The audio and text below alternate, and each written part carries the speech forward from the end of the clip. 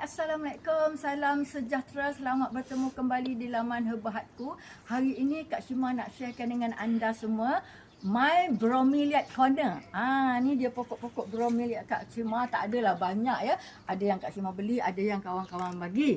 Okey, pokok bromeliad ni anda tak perlu banyak matahari ya, tak perlu letak di bawah direct matahari, tapi perlukan tempat yang bercahaya ya, tempat yang bercahaya. Mungkin pagi dia terang bercahaya, petang dia redup, is okay. Okey, dan tak perlu siram hari-hari. Paling tidak pun anda siram 2 atau 3-4 hari sekali lah. Okey, bila anda siram tu air akan bertakung, tapi tak apa sebab dia menjadikan pokok ni segar. Dan kalau takut nyamuk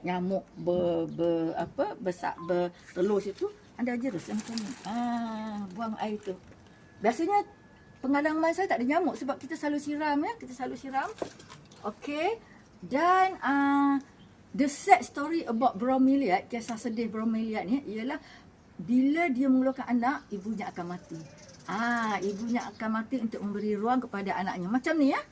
Macam ni. Ni anaknya dah besar, dah cantik. Ibunya pelan-pelan kering dan mati.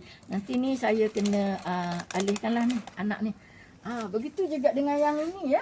Ini dulu cantik, segar. Bila anaknya dah mula keluar, macam ni anaknya, banyak dah anak dia keluar. Dah banyak dah saya alihkan. Ibunya akan kering dan mati. Itulah dia. Dan selagi dia tak beranak, dia tak keluar anak macam ni. Ini saya dah tanam lebih kurang 3 tahun ya. Selagi anak dia tak keluar, selagi itu pokok ni akan segar sentiasa ya. Begitu juga dengan yang ini.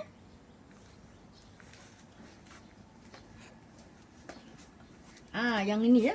Ini pun saya dah tanam hampir 4 tahun. Selagi anak dia kat bawah tu tak keluar, dia segar, dia cantik ya. Dan ini bunga dia. Bunga dia dah mula keluar. Okey, bila bunga dia keluar nanti, bunga dia akan biasanya lah akan keluar anak dari sini. Bila anak dia dah besar, dah cantik, nanti ibunya akan pelan-pelan kering dan mati. Itulah dia perkongsian Kak Shima mengenai pokok bromeliad.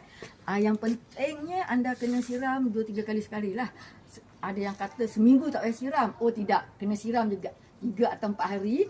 Dan di tempat yang bercahaya, jangan terlalu teduh ya. Okey, itu dia perkongsian Kak Shima. Bye. Assalamualaikum.